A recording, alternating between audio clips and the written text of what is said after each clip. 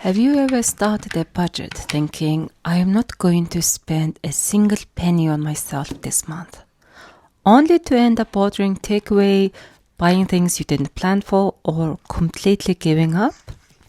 If that sounds familiar, you're not alone, as I have done the same thing as well. The problem here is not that you lack discipline, it's just that your budget is too restrictive. Hi everyone, this is Rosey Budget, where I share my journey towards financial freedom through budgeting, saving, and investing. So we are adding 21% more in the variable expenses category compared to the previous week.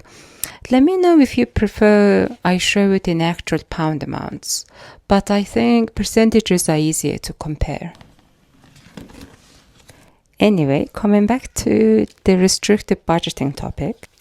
Before having kids, I used to try these different diets like keto diet or no sugar, no carb challenge, etc. I mean, speaking of diets, I should really be going on a diet now, but that's a different topic for a different channel. But anyway, the point I'm trying to make here is having a restrictive budgeting system is same as going on an unrealistic diet. It's not going to stick with you, my friend. So what I would advise is have a category that you really enjoy. So in my case, I have a low priority binder that has categories like date, beauty, and fun. So number one, when I spend those money, I don't feel guilty because I already budgeted for them. Number two, it prevents me from overspending. Also, experiment different types of budgeting, or if you're doing cash stuffing, experiment with different categories. Feel free to, remove or add. For example, I used to have a category for coffee because that's what I saw everyone else doing on YouTube. And honestly, it was completely useless for me. I've realized I don't actually buy coffee and I don't really care about it.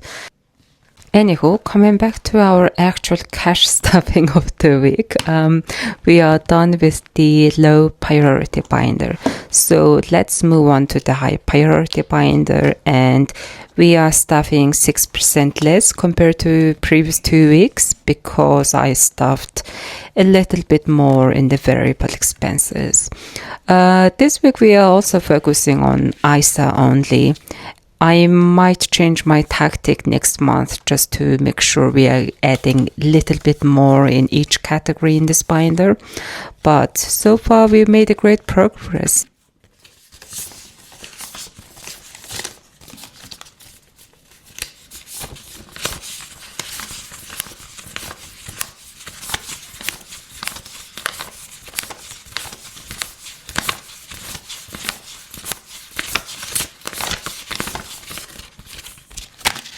That is £1,050 in cash. So including the placeholder, it is £2,150, which means we finally get to color that last rose. Yes, because that was really bothering me last time. Well, great. We've done our very first £2,000 challenge and it is complete. So now we can move on to something a little bit more flexible. So this is the next challenge I'm going to be doing, £1,000, and it has different boxes for 5, 10, 15, 20 pounds, etc. The other challenge I really want to try is the 100 envelopes challenge. That seems interesting, but because I've already started multiple challenges, well, I've got a challenge for each envelope, as you know, it doesn't make sense for me to start that one, right? What do you think? Let me know in the comments. And that's it for today's video. Thank you so much for watching and see you next week.